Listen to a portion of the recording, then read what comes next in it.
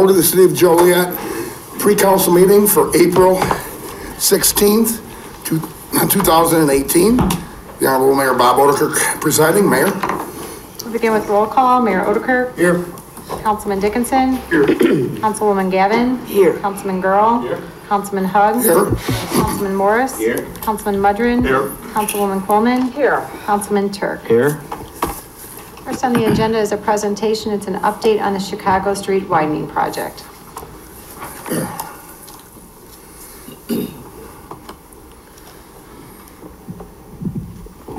Okay, Mayor and Council, I was asked to do from Mr. Hales, do an update on where we're at on our Chicago Street project, the long-awaited Chicago Street project. I think it's been on the books. We've been putting aside MFT money for quite a few years, to say the least. Anyway, what I want to do is I want to go over a few things. I want to go over the project itself, just so everybody understands exactly what we're planning on doing out here with this project, because there's going to be other Chicago Street projects in the future. And then I'll go over the schedule with you guys. We'll kind of generally look at this schematic I've got up on the screen right now. So the Chicago Street project really has four parts to it. There's Chicago Street itself. Chicago Street between Washington and Jefferson has obviously been closed since I think it was the mid '80s. We've worked out the deal with the county, you folks have, where we're getting the right of way back, and we will be putting the street back in. That section of street actually is going to have some work this year. Our utilities department is putting in storm sewer. There's a major storm sewer line coming up from Desplaines Street, going past the police station and working its way ultimately north and east over to Mayor Art Schultz Drive by the stadium, Route 66 Stadium. And that'll be going on this year. But then next year, our project, well, again, yeah, but yeah, basically our project is next year. Get myself a little ahead of myself here, but anyway, our project itself on Chicago, we're going to go in there and put the street back in, curb and gutter. It'll generally be 2 lanes, a lane in each direction. As you get farther north, closer to Jefferson, we'll have a right turn lane for the folks heading north on Chicago who want to turn right and head east on Jefferson.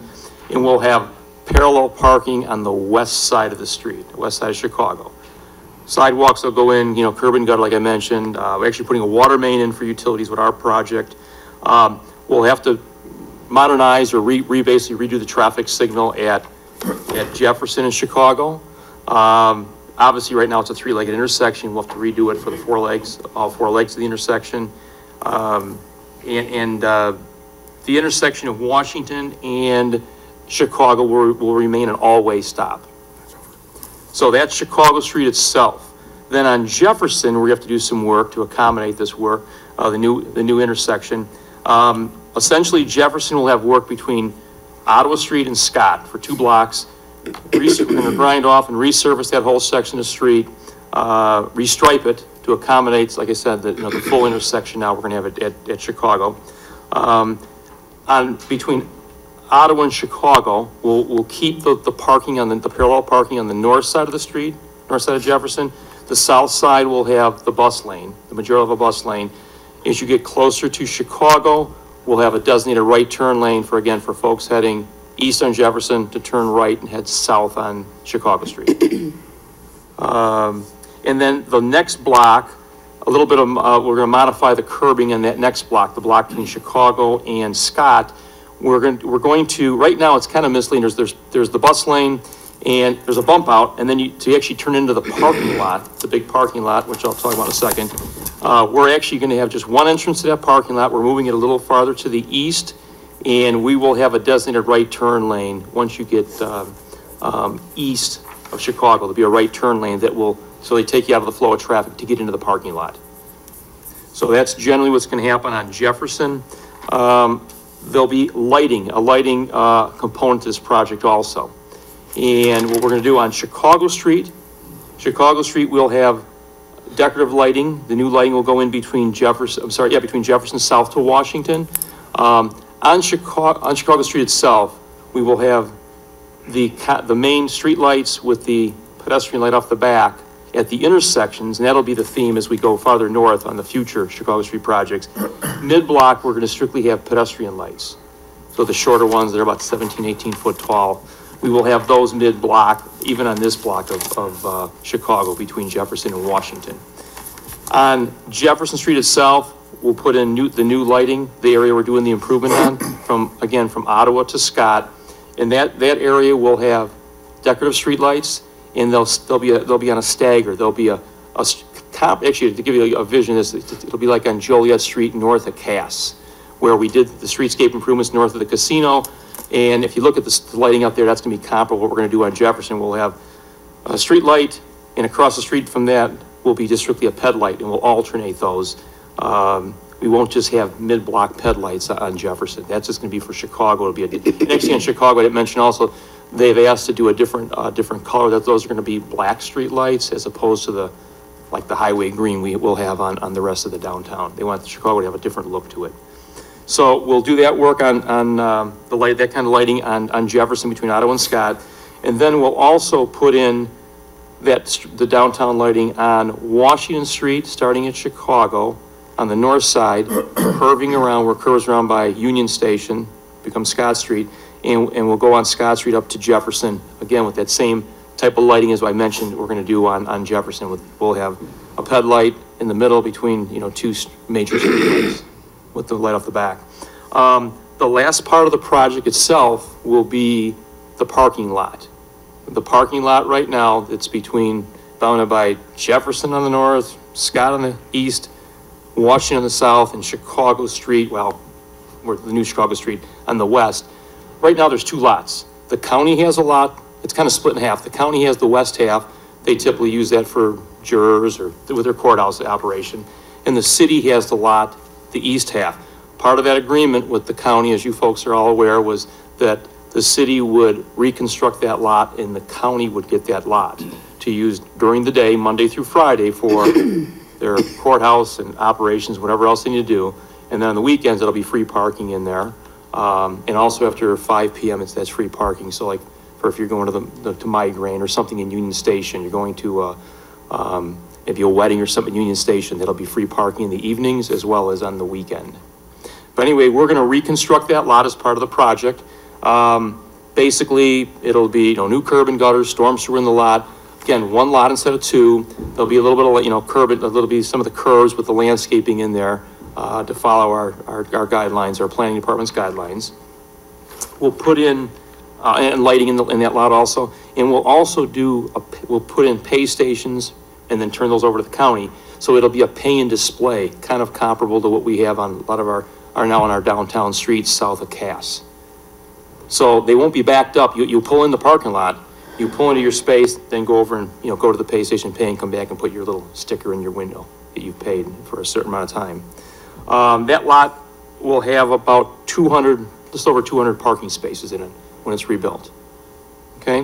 One thing is, financially, the road work, everything except for the parking lot itself, we're gonna use our motor fuel tax to fund that. We've got motor fuel tax money set aside, and we'll put a little bit more in there for that if need be for next year. The parking lot itself, we will not be using motor fuel tax. That has some capital funds for it to rebuild the parking lot. Schedule itself, we've pretty much got about 95% of the phase one design. We've got to go, since we're using motor fuel tax, we've got to follow the state procedure. So we had to do a phase one study, which we're about 95% complete. And at the same time, we already started this year now, we started phase two, which is hard engineering, hard design. And that's progressing fine. That should be done by the end of the fall. Our goal is to get the design complete.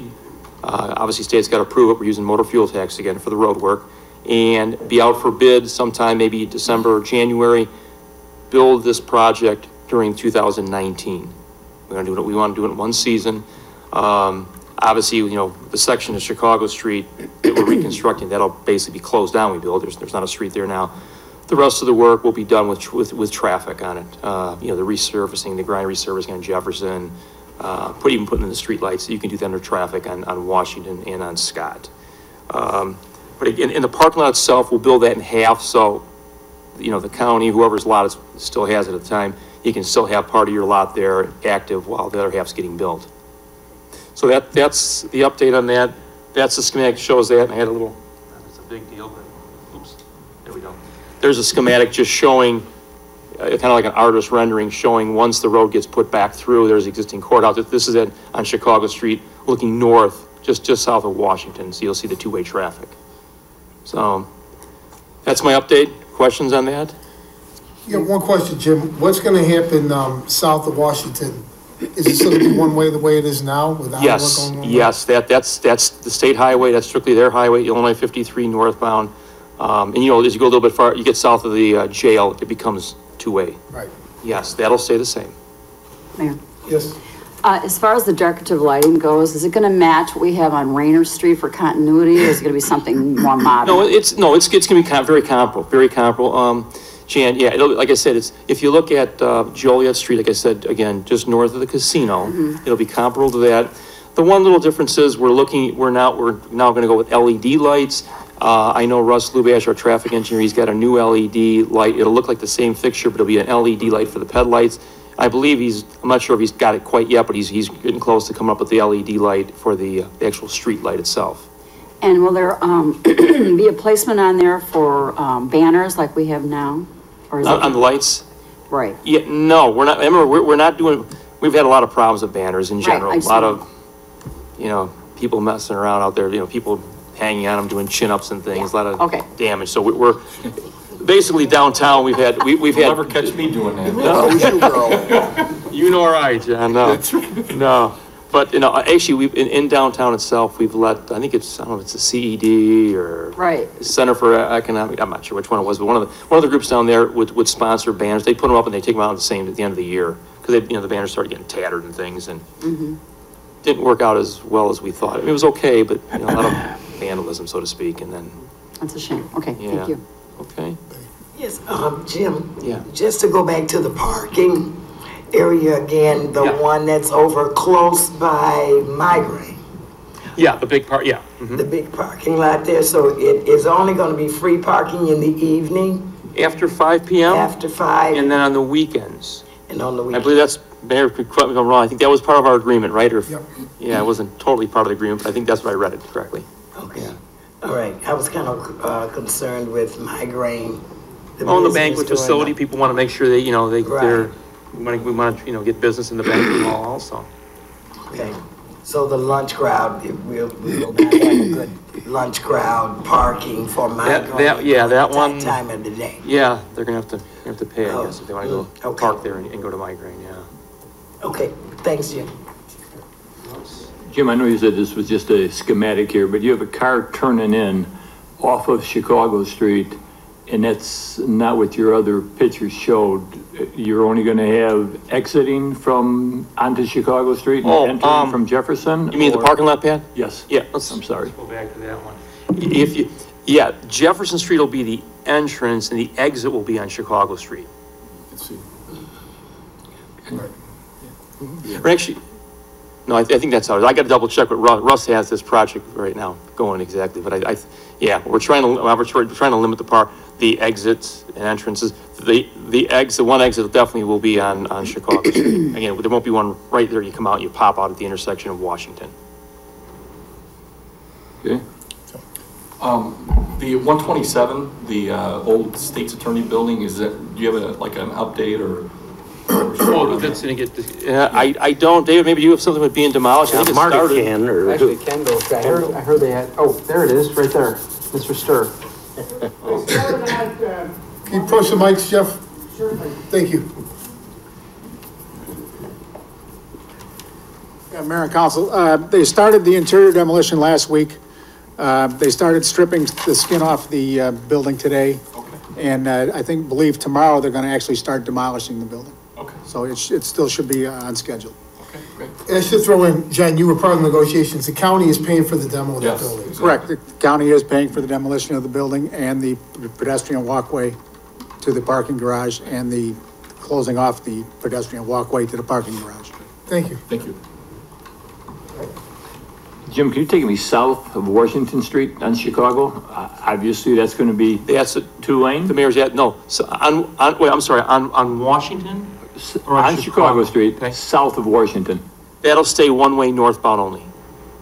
That segment on Chicago between Washington down to where the Ottawa Street crossover comes in by the jail, that'll stay one-way One-way. northbound.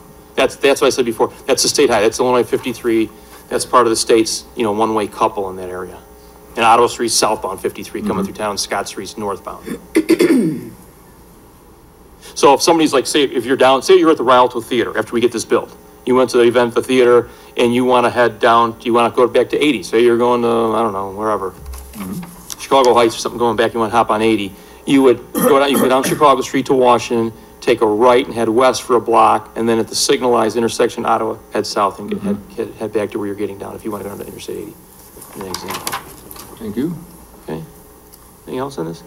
Yes, ma'am. Yes. Yeah, Go ahead. About the parking lot. Now, we're gonna construct the parking lot, but once that's done, then the county takes over plowing. Correct. That's going to be their lot. The pay that whole lot. stations. If they, The pay stations go to them also, Terry. Correct. for repair or? Yes, maintenance, repair, everything, yeah. Okay. We put them in, then they take it over. I thought so, I just wanted to be clear. Sure. Yes. And just to clarify about the one section of one way for Chicago, you said it, I understand, I want to make sure anybody watching or listening. That's because that's not a decision we can make. That's strictly up to the state to choose whether they want it one way or two way. That's correct, yeah. That's their highway system. Their jurisdiction. Their jurisdiction, exactly. Thank you. Anything else in this? Following up on Terry's, Jim? Yeah. Then the county would be responsible for ticketing or since they're responsible for the pay stations, they would be monitoring that lot then also? I would say they will, yeah, I'm sure they will be. We're not It's their gonna- lot. It's not our lot to me. It's like that lot we built, 63 South Ottawa. That's their lot that we had to turn over to them as part of the negotiations here when it started. All right, thank you, Jim. If I get just one more thing though, a different topic, while I'm here briefly, but a topic that has gotten a lot of PR lately. Our stadium is making a lot of it's making a lot of great progress. I don't know I've been sending some of you guys I think photos. There's another batch from Friday. I didn't get the chance to send it, but basically as of Friday afternoon, I was over there late in the afternoon. 95% of the actual turf carpeting was down. There's an area behind home plate where if you want to, I guess I don't know. John, help me out. What do you call that area behind home plate where the dirt used to be? It's not it's out of foul territory. You know what I mean? It's not like the warning track. But Right. Some of that wasn't put in yet. Right. Yeah, you're a baseball guy, so I didn't want you. But basically, the majority, like I said, 95% of the carpeting was in. You described it perfectly. And about 2/3 of the lines, the striping was already put in. They did some of that on Thursday afternoon. They have the majority of the right field line in. They have the batter's box in. The area where the catcher lines up. The coach's area was in. I've got some update. I'll send you, David and you folks, I'll send you a picture after the meeting tonight. I got some updated pictures from Friday afternoon. I got them just this morning. The next thing obviously they could not work today because of the weather. It was just too cold again they need that day of temperature getting closer to 50. They are supposed to be back out there tomorrow. That was our contract they told us. They still got to put the left field line in. The good thing, like I said, there's not a lot of striping that goes in with the stadium. It's real limited with a baseball field as opposed to a football field where you get stripes everywhere. And once they get the white striping done and the little tick marks to set up for where we're going to, we can set up for soccer or lacrosse or rugby, then the next thing would be actually putting in the infill. And, they got a few lifts of infill to put in, but the infill has to be, the carpet has to be dry for that. They have told us, if it rained like overnight, they have to wait till it's dry. Otherwise, the infield, it'll kind of coagulate. It'll stick next to each other. It's, trying to put sand out. It's like wet sand. It won't spread evenly. But they're still hoping if the weather will ever cooperate, the next 2 weeks to get done. If the weather works out, maybe it'll be done sooner than that. Let's hope. But they made a great progress. They had 4 good days last week, and they made a lot of progress. And one last item about the stadium, that separate contract we had for the exterior fencing. Remember we were putting the back, I call them backward shepherd hooks out there in a taller fence. That contract's about 90% complete. If you've been driven around out there, you'll see that new. It's like a black colored fence. It's 8 foot tall with a reverse hook, so it's not easy to climb in there anymore. Just one more thing. Yes. Oh. Just to clarify, again, talking about Route 53, it's a state highway. Yes. Folks want to know why Jefferson and Cass are the one way. It's because those are also state routes.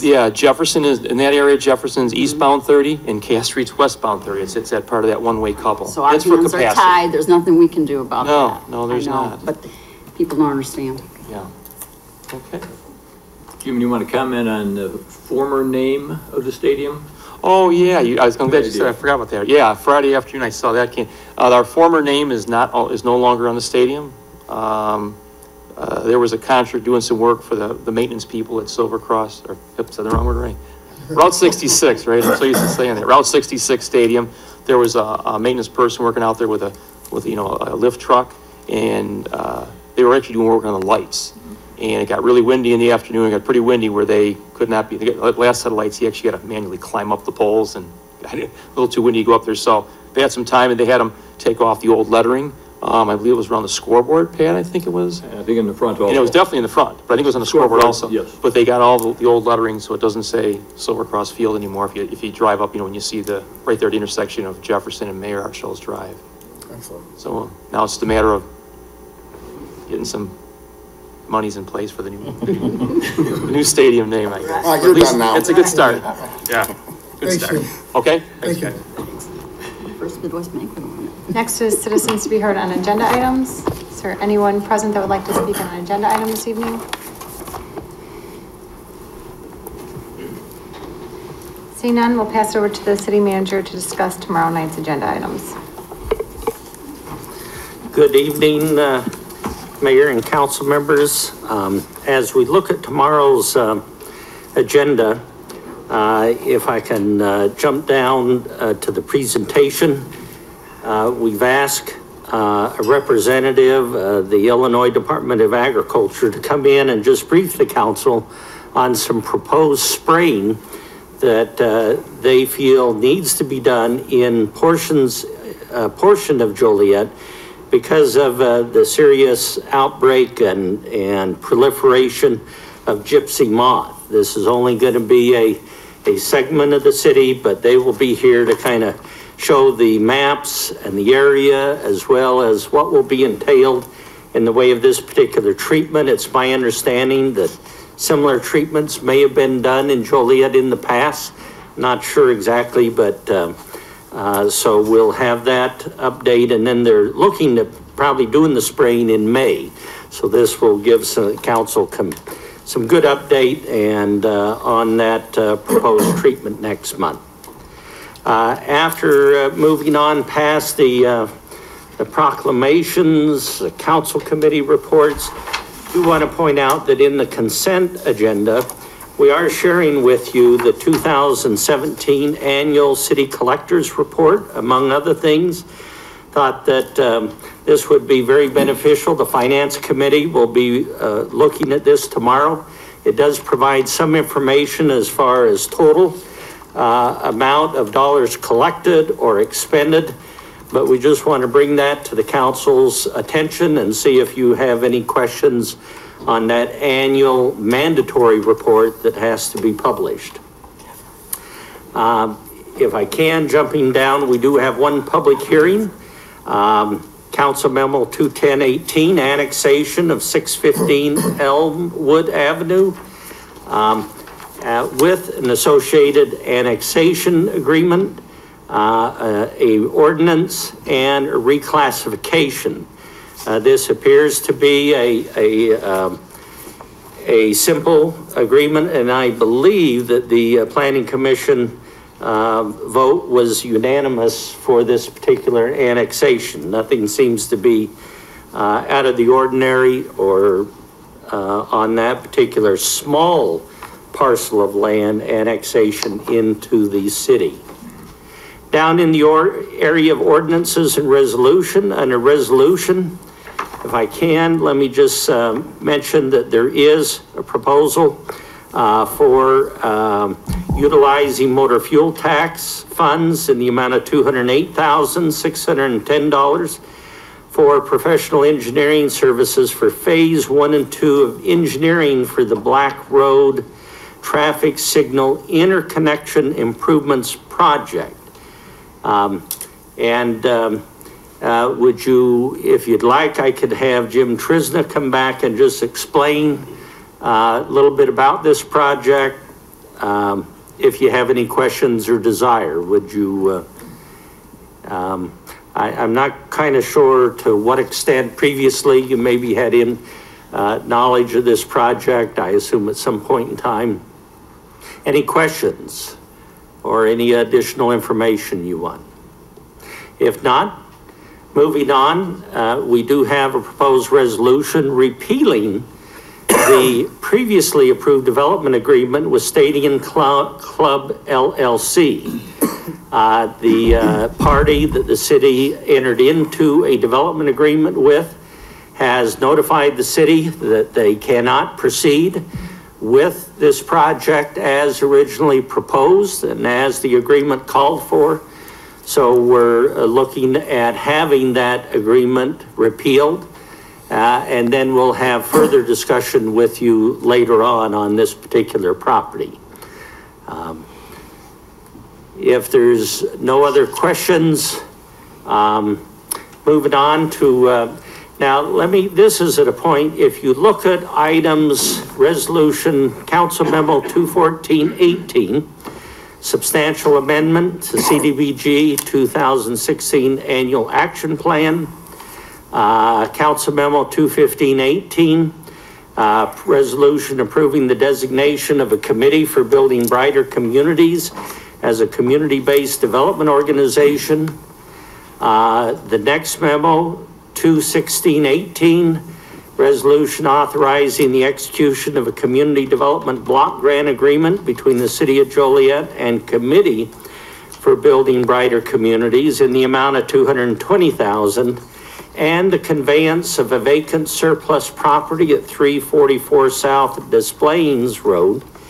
And then if you turn over to what will be, let me just find that briefly, council memo, this is under award of contracts, council memo 221-18, request authorization to award a contract for the environmental remediation of a vacant parcel at 344 South Des Plaines to Chase Engineering Group in the amount of $90,650.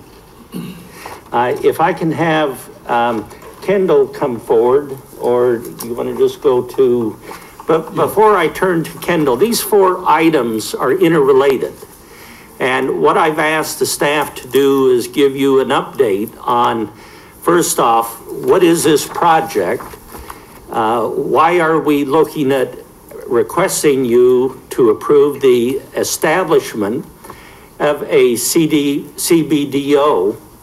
To talk just a little bit about that, and also to talk about the initial project for this new entity and the board as it's proposed to be constituted in the staff backup memo is actually the construction of a home that would be eligible for purchase by a low-income qualified homeowner or a family, low-income family.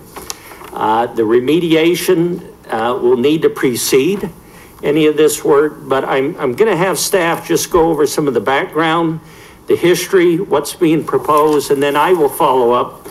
And just a couple of things to be thinking about. This is a new project. A new project for a newly created SBDO.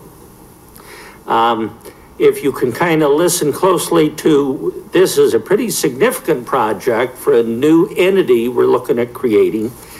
And it does not, it's maybe been a while since the council was maybe briefed on what's being proposed here. Yes, this project I think was incorporated in the annual action plan, CDBG action plan, but I'll be talking about other possible projects that I believe should be considered for greater benefit and value to many more Joliet citizens and neighbors in this area, whereas the current cost for a single family home would have value and benefit to only a few people, whoever, but I'll get into that a little. I think my comments will make more sense if you first hear, you know, what has got us to this point and some of the benefits of a CBDO and this particular project. So with that, Kendall, I'll turn to you and the staff that'll be giving the council a briefing on this project. Thank you, Mayor and members of the council. Tonight we have Jeff Sturr, our Neighborhood Services Director, who will give a brief presentation on the CBDO, as well as the ongoing strategy for the neighborhood that is being highlighted here in terms of stabilization. So with that, Jeff, if you could just come forward and go through your presentation. Mr. Mayor, members of the council, also I'd let you know, members of the CBDO, Committee for Building Brighter Communities, are in attendance in the back as well. As you all know, one of the primary objectives of the Community Development Block Grant Program is the development of viable urban communities. And it's achieved by providing decent housing and suitable living environment, principally for persons of low and moderate income. Now, in conjunction with these objectives, about 25 years ago, we identified a conceptual plan for neighborhood revitalization in Districts 4 and 5 that stressed the value of home ownership as being a major objective in becoming vested in the community.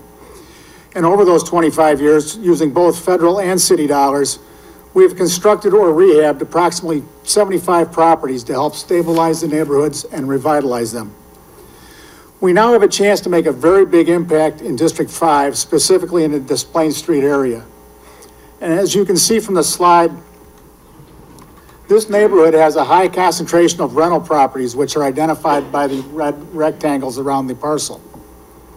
It's about 75%. Now, in order to create housing opportunities in this neighborhood, we need to build from the ground up.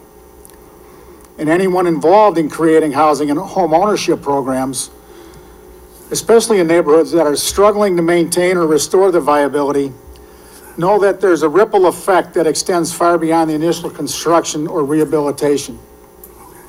Affordable housing and home ownership initiatives can stabilize the neighborhood, increase real estate values, and stimulate local business development, as well as to reduce crime. Now, in this redevelopment, we can use federal funds, but we're limited to two sources: the Home Investment Partnership or CDBG, the Community Development Block Grant. In either case, we need to partner with organizations that have the capability to advance the project all the way through its completion. Now, for CDBG funding and home funding, we have utilized community housing development organizations, or known as CHODOs, such as Habitat for Humanity. And in fact, we have a contract with them. They're going to redevelop, they're going to construct 2 properties of new single-family homes and rehab 1 over the next 3 years. But that CHODO has a limited capacity for any future development.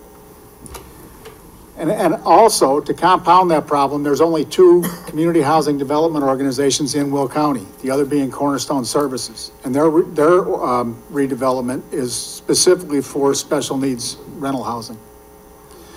Now, another way to use CDBG funds is to partner with a community-based development organization, or a CBDO. And those are somewhat new. And in fact, in Northern Illinois, there aren't any that we were able to locate. It's a little bit different. It's defined as a block grant program that uses nonprofit or for-profit entities, but they have to meet specific organizational criteria. And I think in your council memo, it laid out these specific organizational criteria. But also with the development of Water's Edge,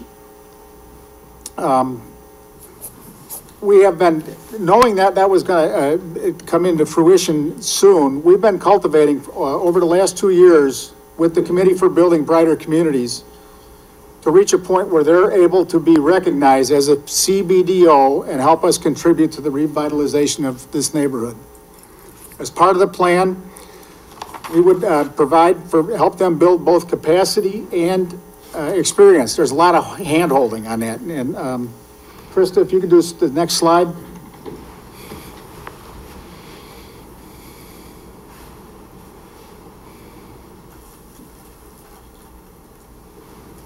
Thank you. All right, yeah, thank you. All right. Now, we have identified 4 or 5 parcels in this neighborhood on, there's four on Displain Street. The blue ones are owned by the South Suburban Land Bank and Development Authority, which we're partners with.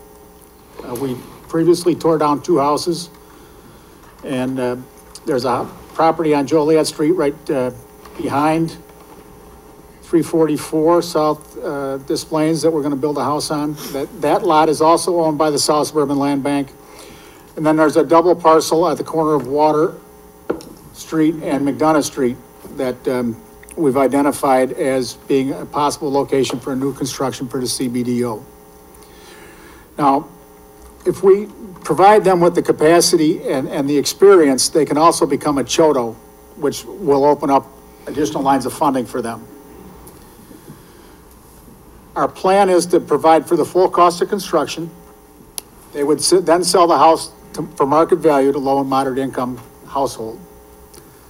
They would receive the proceeds according to the CDBG rules. And we would do that for the second house as well. We have 4 houses that we plan. The third house, we wouldn't have to provide as much funding because they'd have income. By the 4th house, they would almost be completely self-sufficient. Now, also, as part of being self-sufficient, they have to have staff and a project manager that can oversee this project, which is why if they're starting from 0, they need to have income to provide for a full-time staff. Once they're been established, they then are free to engage in other economic development activities such as job training and or building in other areas of the city as well. And I think Garland Mays can answer some of them the other questions if you have any about that CBDO.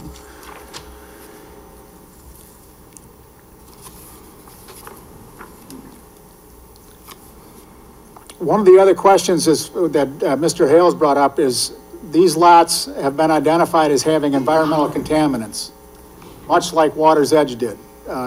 Being so close to the canal, there's there's trace amounts of lead, cadmium, arsenic, and some polyphenols that need to be remediated. The remediation plan is to strip 3 feet of soil, bring in clean soil. The state would test what was taken out, what was put in. The state would notify everybody with a notice of no further remediation is needed, and the lot would then be safe for development. We've identified 6 of those parcels, and we've set out it's going to be about $100,000 a year. And as you see, the contract that you're going to discuss tomorrow night is $90,000 just to remediate 1 lot. But again, our plan is to do this one house at a time, 1 year at a time, remediate it, and then turn some funding over to the CBDO for redevelopment. In a nutshell, that's about how it works. Do you have any questions? And I'm sure you do.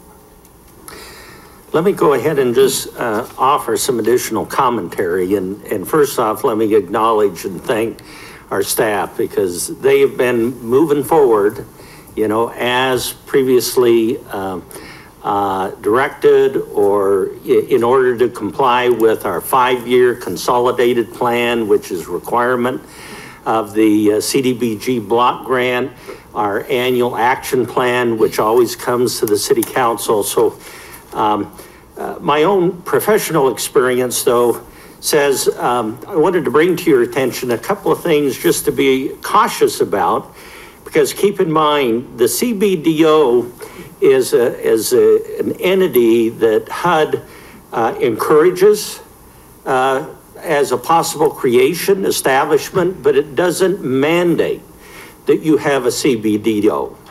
As Jeff indicated, you know, ultimately creating another entity also comes with the need long-term to ensure that they have the staffing capability. They have the project manager, they have the technical. And I think as we all know, you know, anytime you keep creating more and more organizations, then there's other pros and cons that come with that. How to sustain that, how to ensure that there's going to be the expertise, the competency, the internal controls, et cetera, et cetera.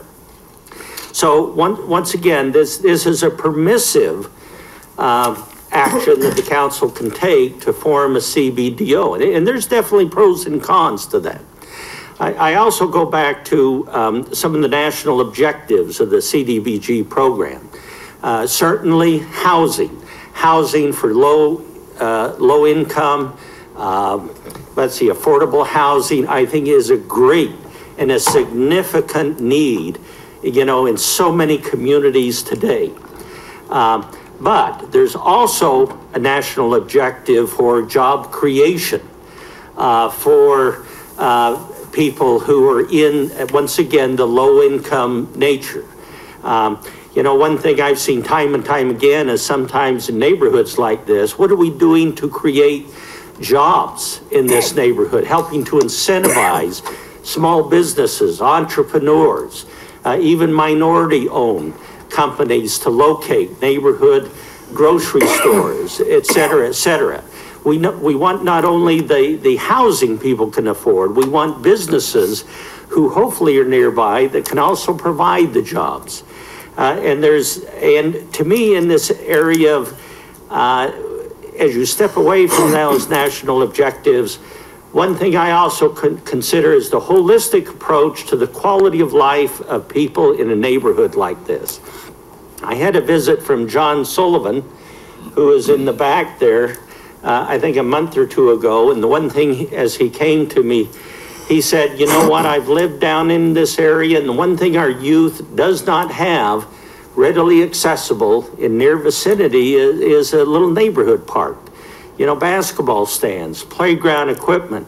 Now, Jeff did point out, you do have the Joliet District, Verando Park, and the Warren Sharp Community Playground, but they have to cross McDonough to get there. And as I looked at the Housing Authority project, River's Edge, and as I looked at these various lots, in fact, Jeff, I think we're the one, there's 2 lots up there across from that project that are city-owned, right? Correct. It's like and I got thinking, okay, if John and his neighbors are right, and they're saying one of the things from quality of life is they're deficient on, it's recreational areas, and now we have a very large rental project, very well done, but is there maybe a priority for some sort of neighborhood park which many families and children can utilize, as opposed to one more, but a much needed low-income home. So this is something, and I got back with Mr. Sullivan and suggest maybe it's something he and his neighbors may want to give some thought to. Now, even with all that, keep in mind, I know time is of the essence. We're kind of coming in. I'm raising issues, you know, towards the tail end of some of the timelines Jeff and his staff are up against. On the other hand, what I also was led to believe is there maybe hasn't been the focus of the Land Use Committee or the council to really give some thought to all these items pulled together and to really maybe give some thought, is this what you want to move ahead? We're bringing a total package of 4 different actions for the council to take. And I guess what I'm just raising tonight is this something you want more time to consider? On the other hand, maybe we don't have the time. On the other hand, I do believe that in the very near future, with or without this project, I think the need for job creation is so great in this community, and especially in these areas that are challenged. What more can we do to provide jobs that can impact a lot more people? Or how can we ensure that the quality of life, that other options and alternatives need to be given equal discussion, consideration, because I think these are things that, again, the neighborhood may want to give more input to the council. And I just, typically, as I've seen these CDBG hearings, I think on this one, Did we have any comments, I think, when this went to a public hearing? When we had the public hearing, there were no comments, there were no attendees. Now, again, that's not unusual. I see that time and time again, even in city budget meetings. But it's issues I'm bringing up, maybe more for the long term, maybe more, but I certainly wanted to bring to you some of my thoughts because I think we need to start thinking outside the box. And yes, a lot of good has been done, focusing almost exclusively on housing, but not entirely, because streets have been built. Correct. Streets and utilities which benefit the whole neighborhood.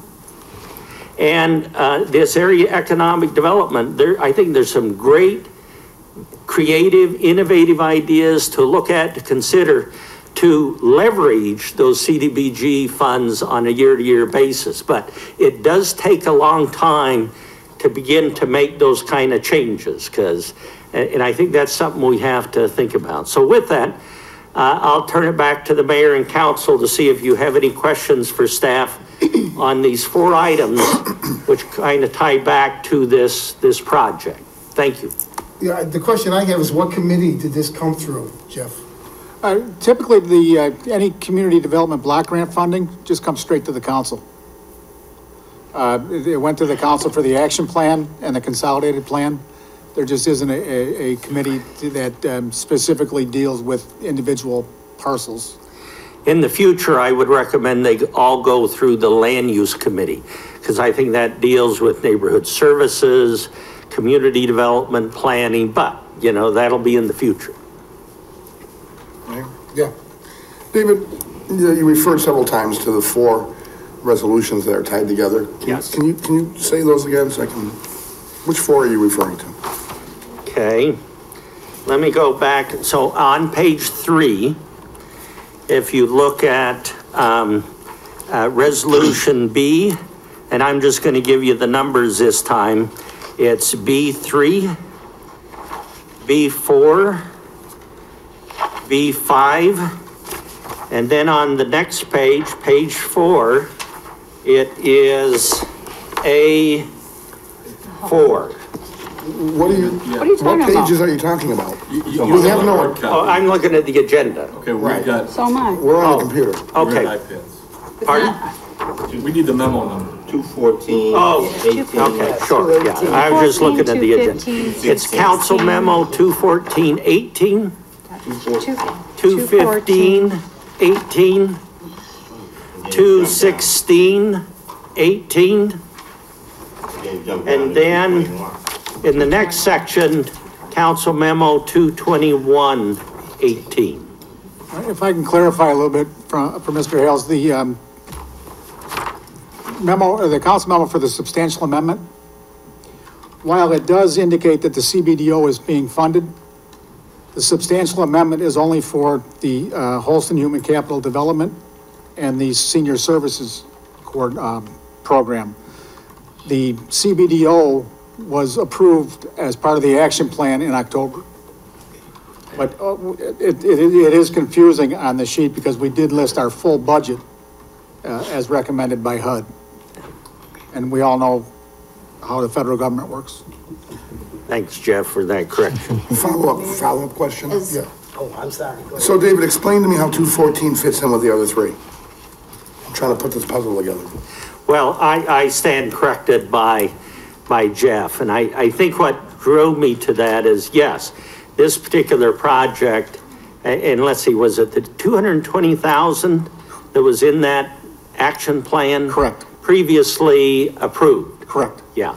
So if you were to reverse course, you know, we'd have to go back and amend that action plan because that's where the 220,000 was previously approved by the council to provide the funding for the home construction, not the remediation and not the establishment of the CBDO, but that's where that 220 was allocated. Okay, and that's currently not in there, in the amended. It is, but it's in the previous approval. Jeff, is that? Correct. It's not in the amendment. It was previously approved, so it's not anything you're going to have to take action on tonight specifically for that CBDO. On 214, memo 214? Correct. it's not related directly as it sits as an amendment. Correct. Okay, thank you. I just want to make a comment about when you said the people, we want to get folks' input and no one comes. I think part of that problem is, I was part of the original quality of task force for Districts 4 and 5, and we were swamped with folks coming out. And I think what happened, the good thing that happened out of that, all that, was neighborhoods came together, they had their organizations, and there's many representatives here tonight from the different neighborhoods, and, you know, a couple parks and things, but the overall plan for that quality of life got kind of pushed by the wayside because of the community. And I can't speak for everybody. My feeling is, though, you know, you went to all these meetings, we gave you all our ideas, they filled out surveys, they filled out questionnaires, what did they want to see? And I think it's like, why bother? It's 10 years later, not too much was done. So really, I think, you know, I can't speak for them, but I don't know how you feel, Councilwoman Gavin, but I'll just pass that on to you. That's my observation. Exactly, my sentiment, exactly. When we went through the quality of life plan, we set aside all of that. It was already designated, lined out, project timeline, everything. We could not access the CDBG money at that time. Correct. So it got on the shelf, pretty dusty right about now. But now we're talking about establishing a CBDO, which is pretty much the same model. Am I correct? Correct. The biggest difference with CDBG funds, specifically CDBG funds, you can't build new construction unless you're a CBDO. That is the only exception.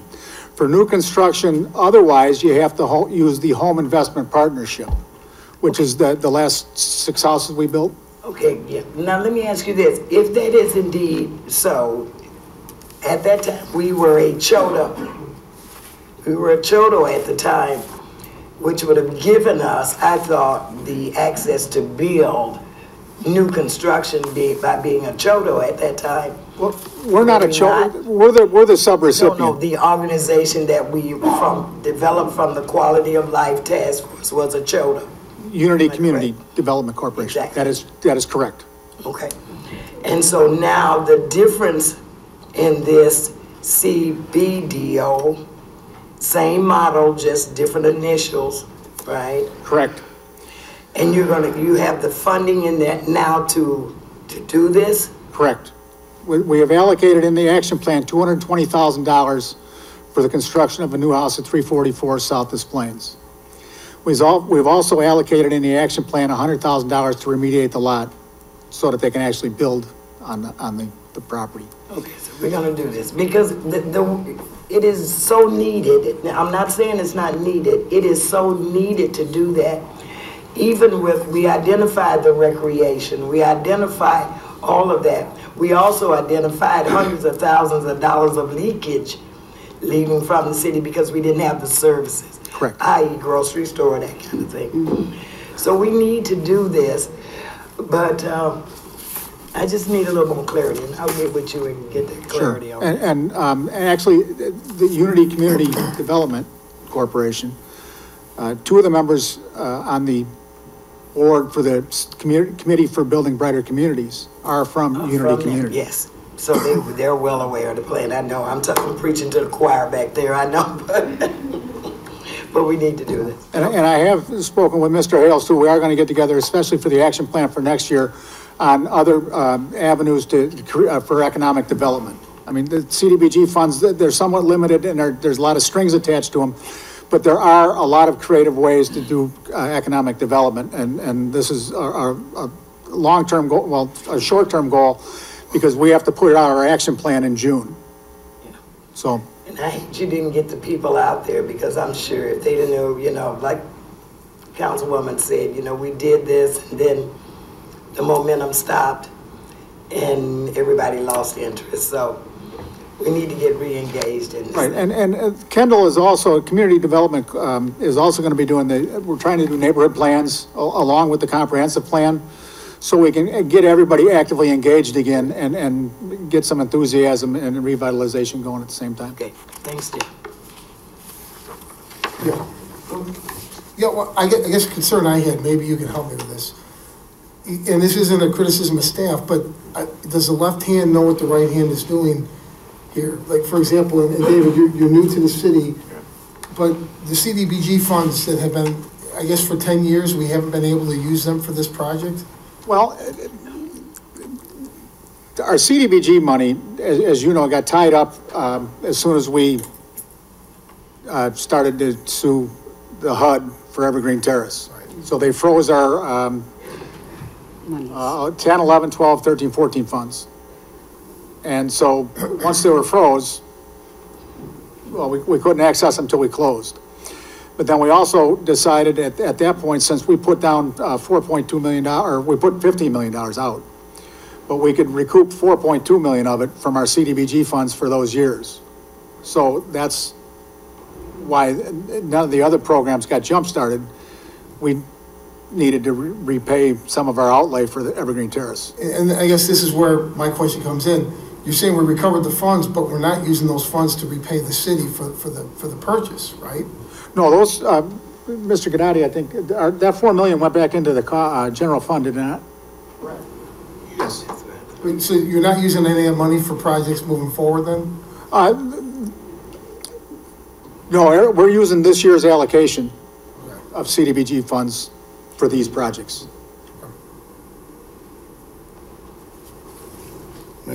Yes.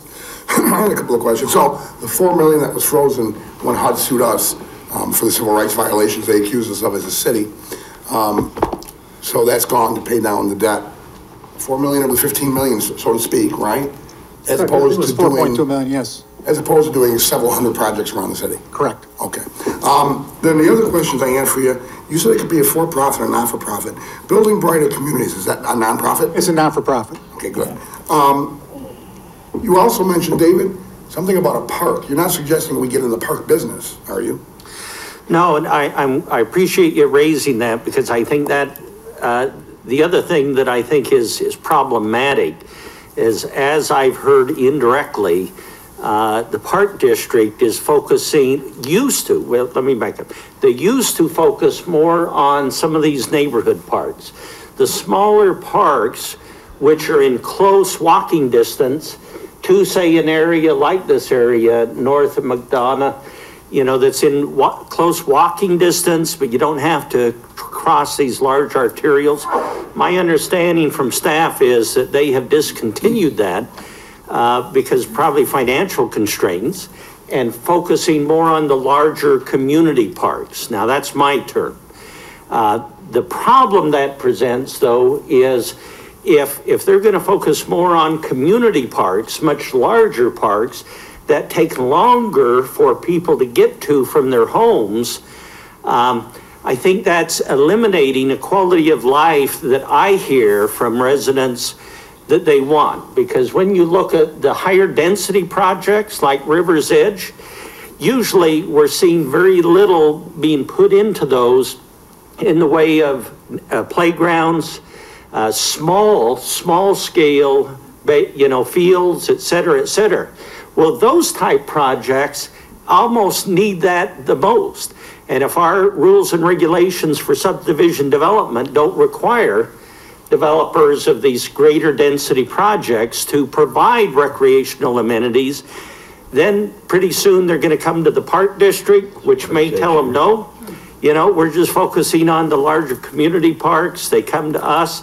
And like, you know, John was telling me, you know, what we have is youth that don't have anywhere to go within walking distance, close proximity to spend their time, you know, in the types of things that we want to see them, recreational activities, getting outdoors, playgrounds, et cetera, et cetera. And I just saw, so I think that's probably worth greater discussion I'm going to have with the Joliet Park District Executive Officer, just to see is that what I'm being told correct? And then how does that play out in our future growth and development if neighborhood parks are no longer going to be a requirement as they used to be and as the Park District used to provide? The second thing I'll just throw out that I think is also working against us is staff has kind of an unwritten sub-area plan for what could happen to further enhance this area, north of McDonough, west of, let's see, is that Chicago Street or Ottawa? Chicago Street. Chicago Street and the river and then the railroad.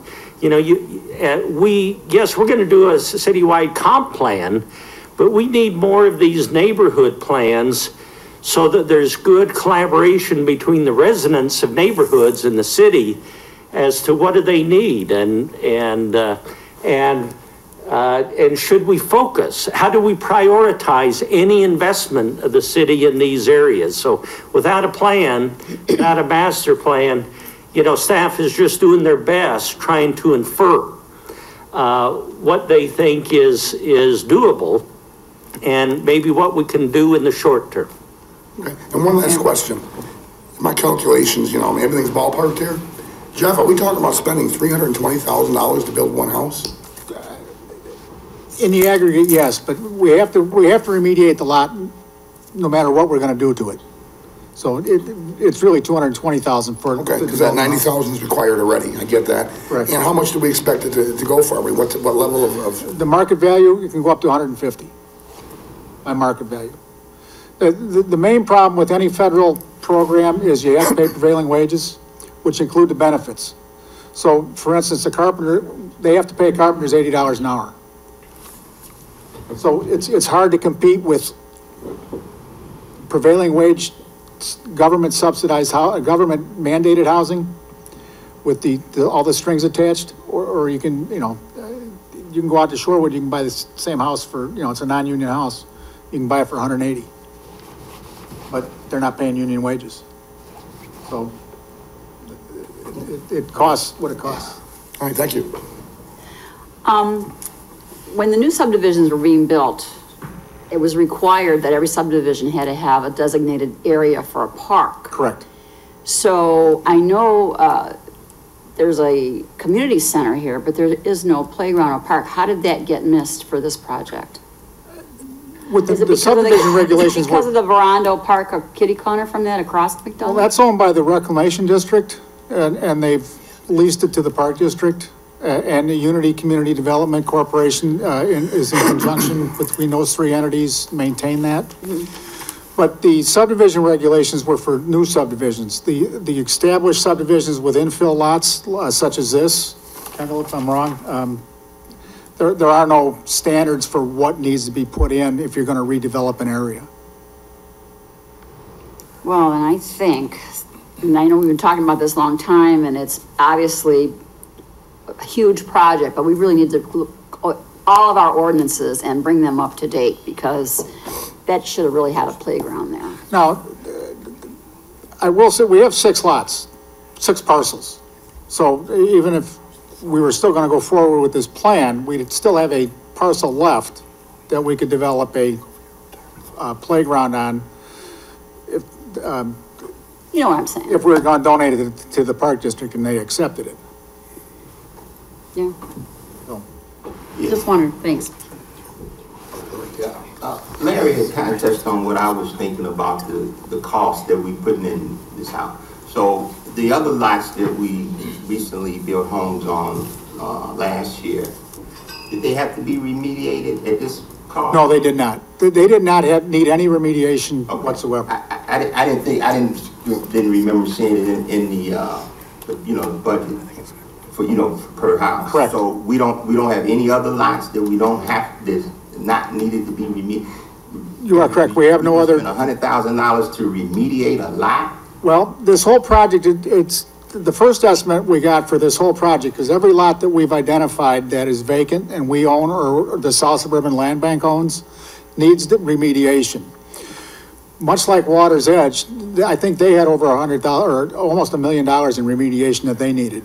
It's just anything that's by that canal is, if you're going to use federal funds, you have to do a phase 1 and a phase 2 study to see what the environmental impact will be before you allow occupancy Yeah. And that's the problem. Right. And I remember us meeting with the housing authority staff that they had, that was a hurdle. But I guess the $1 million compared to what, you know, the percentage, you know. Correct. It didn't seem as great. I mean, $1 million is a lot of money, but to what they came out of, and I can't remember offhand how many, what is it, like 70 homes. Kendall, do you remember It off the just top of seemed like the math for them, you know, the $1 million. But even that, I mean, $90,000 in order to build a home, it just seemed like we could, I don't know. I mean, Yeah. Well, that 90 has to, even if it was a park, it would, or if you're just gonna leave a, you wouldn't want the kids from Water's Edge coming across the street playing in this lot, even if you didn't do anything to it, because it has the contaminants in the soil. And that's where we're stuck at. We're gonna have to remediate this one way or the other, because we own it, we can't do anything with it. Why it has all this identified contaminants on it. Now, they're all trace contaminants. It's not like it's a hazardous waste site, but the requirements are, if somebody's gonna live on it, or if it's gonna be a park, or if it's gonna be anything with federal dollars, it has to be remediated. One of our other problems with such a small lot is I don't get that volume discount that Water's Edge gets by doing a whole city block. Mayor? Yeah, for now. You know, I definitely appreciate this being brought here to the full council, and Jeff always does a great job for us, and David, thank you. Just kind of to maybe present this to the group, it seems like we're getting a lot of detail here for the first time at one time, and we're kind of discussing this amongst the council here tonight, and really it's a kind of a big decision that has to be made. I'm just going to make the suggestion, you know, would it be wise at this point in time to maybe remand this back to the land use committee and then have the committee kind of dive into this a little bit? Just a thought. Sure.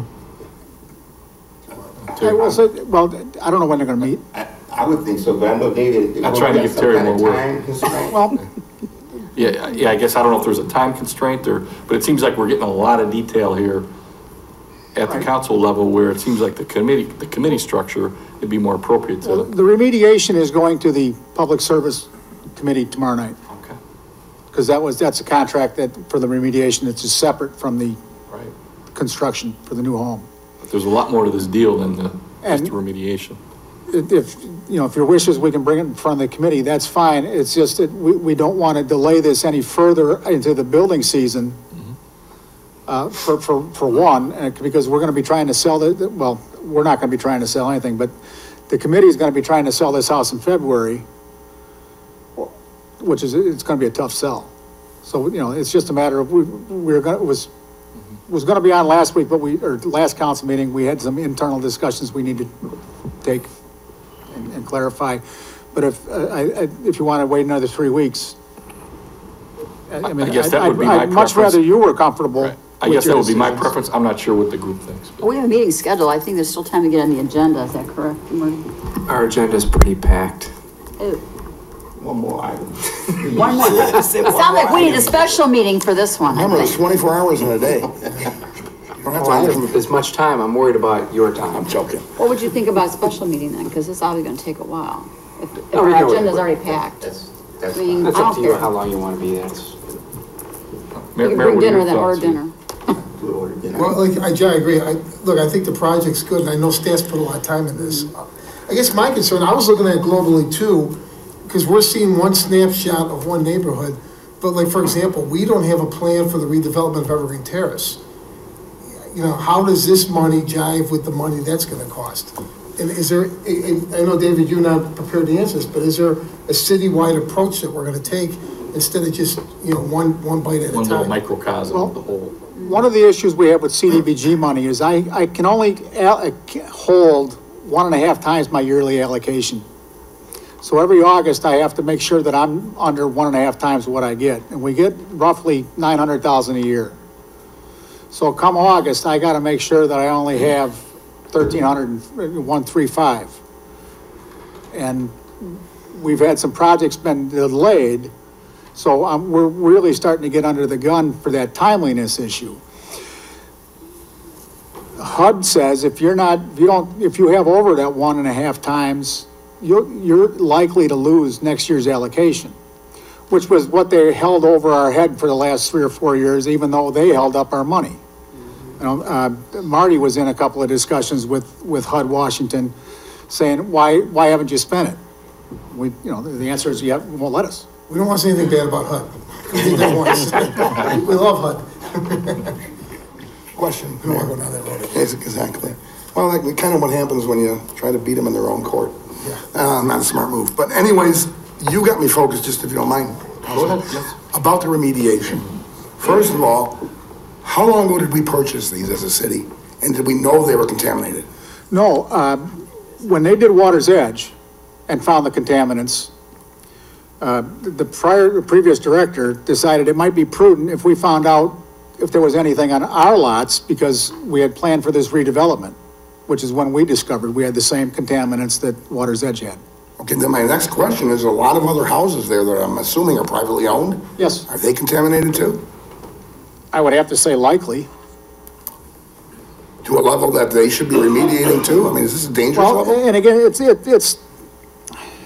the danger levels is hard to specify, because again, with federal funds, it says, if you're gonna live there and we're gonna put our money into it and it's a new project, you have to remediate it. If you're already living there and there's no federal funds in it, there's no specific requirement that anybody has to do anything. Because the city didn't contaminate the lot. There is no evidence that anybody specific contaminated the lot, so there's nobody to go after or is responsible for the remediation. Now, if one of the plans was we were going to remediate everybody, we'd have to test everybody to find out what level we needed to remediate it to. But, you're talking $81 a ton for, to remove and bring back soil. So I guess my question is, and I'll let it go after that.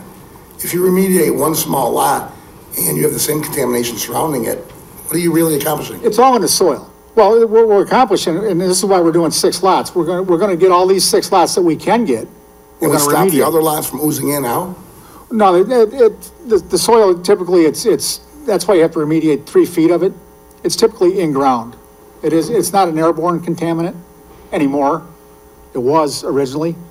But even like with lead, if you live next to a house that was contaminated with lead, lead paint, the lead paint doesn't typically get airborne to the extent that you'd think. It's all in the soil, and that's why you have to remediate 3 feet out, 3 feet down. Okay, And one other topic that you brought up with the redevelopment of Evergreen Terrace, or a citywide redevelopment, we did apply for a Section 108 loan, which is a CDBG loan that you can use for redevelopment and economic development.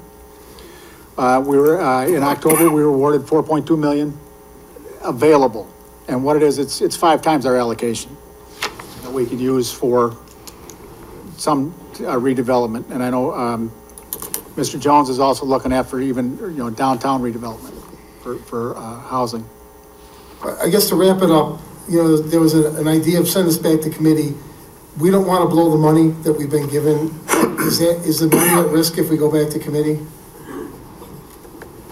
If we're only going to talk 3 or 4 weeks, no, it's not going to be at risk. What memos, I know there was 3, I guess 3, was it 2, 15, 16, and 21? Because you said 14. Yeah, let me just clarify that the primary 3 are those 250, Council Memo 215-18, 216-18, and Council Memo 221-18. Those are directly attributable to this. So only after, if for some reason in the future, the council would want to kind of take a different course, then of course we'd have to come back and amend the 2016 annual action plan. But you know, and I got confused on 21418 on, you know, if whether or not that had to be incorporated in the other three, but not at this time, but later on, if we were to change course and try to do something other than what has already been approved by prior action of the council. Okay. Hopefully that helps. Do that tomorrow, then, Chris. I mean, you can vote this evening or you can vote tomorrow. I can put that in the approval agenda with the removal of those 3 council memos. That would be all. Kind the of votes remanding we them back. So I'll make a motion to, I guess, remand to land use. Is that where we want to go? Yes. Remand to land use, council memos 215, 216, and 221. What, not 221? Yeah, it's all 3 of them. I carry together. I thought 221 is going to be heard tomorrow in public service. 221 wouldn't come to land use, would it? Martin, David? Oh, yeah, he's right. True. Yeah, he's Yes, right. because it's an integral part. You can't yes. move ahead with the home without doing the remediation. No, what he's saying is it wouldn't. That's already going to a That's committee. going to a different committee already. Committee to- That's going to the Public Service Committee. Remediation. So it's gotta be held up until we figure out the other 2. Okay, So could I guess just, we just want to remove 221 from the agenda then? For tomorrow? Pending resolution. Pending resolution of 15 and 16? or Or do you want to just, send them all there anyway to land use and you can Yes. discuss them? Okay. that's what I'd recommend. All 3 go to land use because they're all They're all- integrally related. Okay, so my motion stands. Second. Been motioned and seconded to remove Council Memo 215-18, which is a resolution approving the designation of the Committee for Building Brighter Communities, Inc. as a community-based development organization for the city of Joliet. Remove Council Memo 216-18, resolution authorizing the execution of a community development block grant CBDO agreement between the city of Joliet and Committee for Building Brighter Communities, Inc. in an amount up to $220,000 in the conveyance of vacant surplus property at 344 South Desplain Street. And remove Council Memo 221-18, award a contract for the environmental remediation of vacant parcel at 344 South Desplain Street to Chase Environmental Group in the amount of $90,650. And remand these items back to the Land Use and Legislative Committee. So moved. You already did that. Okay. Councilman Dickinson? So moved again. Councilwoman Gavin? Aye. Councilman Girl? Aye. Councilman Hug? Quick question for a point of order or clarification. David, now, we have to remove it from tomorrow. It's on tomorrow's Public Service Committee, 21 is. Yes, So do we do that at our meeting tomorrow? you could do that, Okay, yes, well, yeah. good enough, good enough. First action. Aye. Councilman Morris? Aye. Councilman Mudrin? Aye. Councilwoman Coleman? Aye. Councilman Turk? Aye. Motion carried. Mayor, council, thank you very much. Thanks, Jeff. Let me just, in the interest of time, under award of contracts, I'm going to just mention these quickly, and then we can see if you have any questions on all these. First, Council Memo 21818 is kind of our annual contract for lawn mowing services to be performed at multiple dozens of sites around the city in the amount of $44,880. Next page, Council Memo 21918, contract for the professional engineering services, phase 1 and 2, traffic signal interconnection improvements to Gawalt Hamilton Associates. This is the engineering services associated with Black Road and the interconnect. Council Memo 22018, authorization to award a contract for the 3001-3009 Heritage Drive water main improvements with construction by Camco in the amount of $69,999.99. Council Memo 222-18, contract for the pedestrian bridge closure at 110 North Ottawa Street related to the demolition of the 121 North Chicago Street to Lindbald Construction Company of Joliet in the amount of $27,900, and a request to purchase a public safety vehicle for Rod Baker Ford for $34,986. Is there any questions on those 5 award of contracts that I just mentioned? And again, they'll come up, I think, most of those in public service tomorrow. And then lastly, I'm Oh, sorry, excuse me. I did have one quick question. Okay. On 2/18/18, the time frame is from April to November of this year for lawn and snow, or just lawn? as my understanding, just lawn mowing But services. it's just the name of the company is Snow and Lawn, Is that correct? Is that, okay, just lawn. just lawn, so, okay. All right, thank you. And then the last item is the change orders and payments.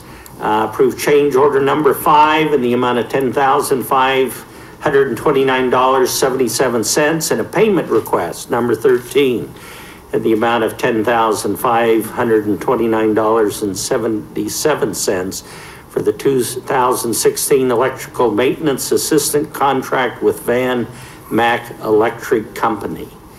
Any questions on that? If not, I'll turn the time back to the city clerk.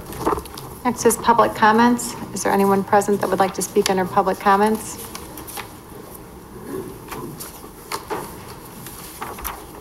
Mayor, Council, good evening.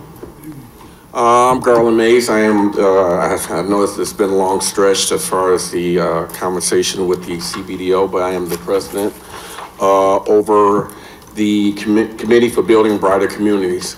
I've been very fortunate, Betsy Thatcher and I, she's the vice president, and I don't know why I'm standing up here alone, but Candace, a few others are here tonight.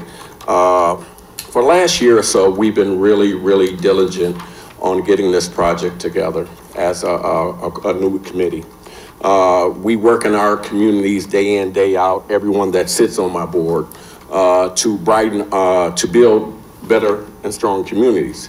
I hear some things going on talking about parks and, well, you know, parks and building the neighborhoods, making them better, and this is what we do every day.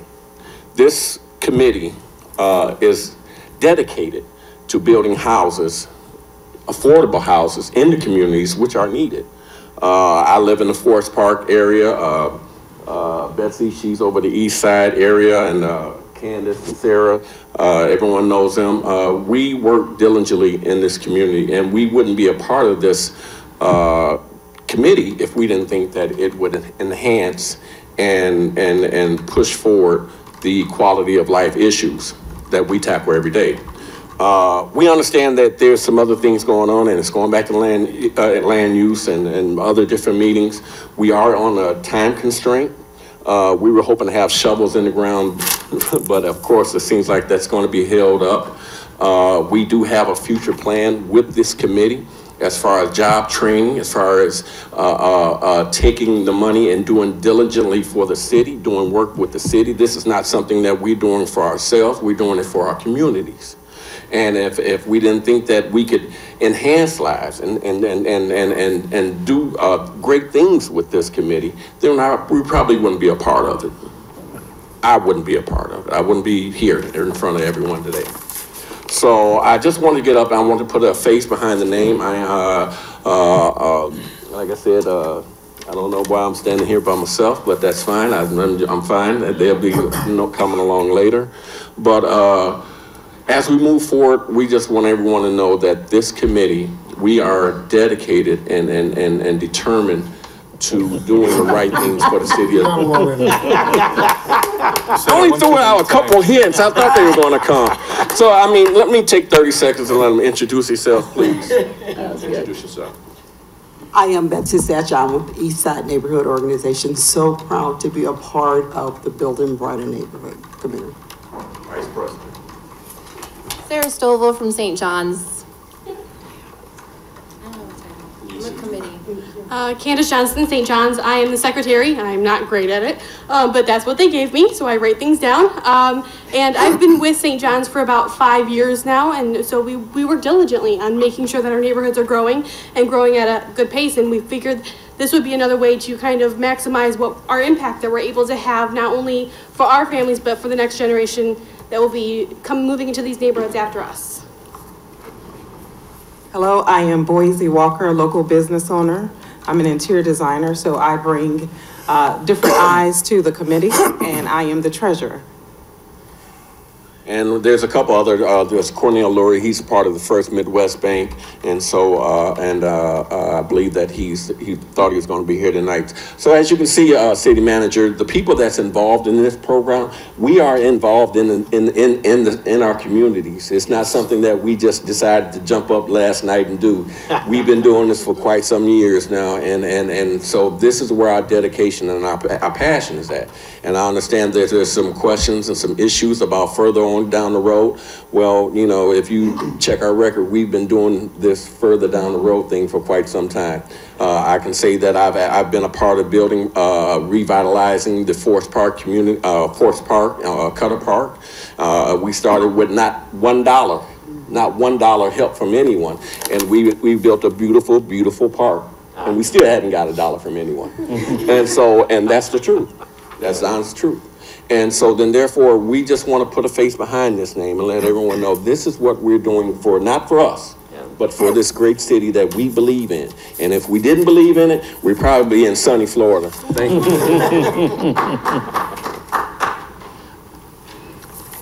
Is there anyone else that would like to speak under public comments?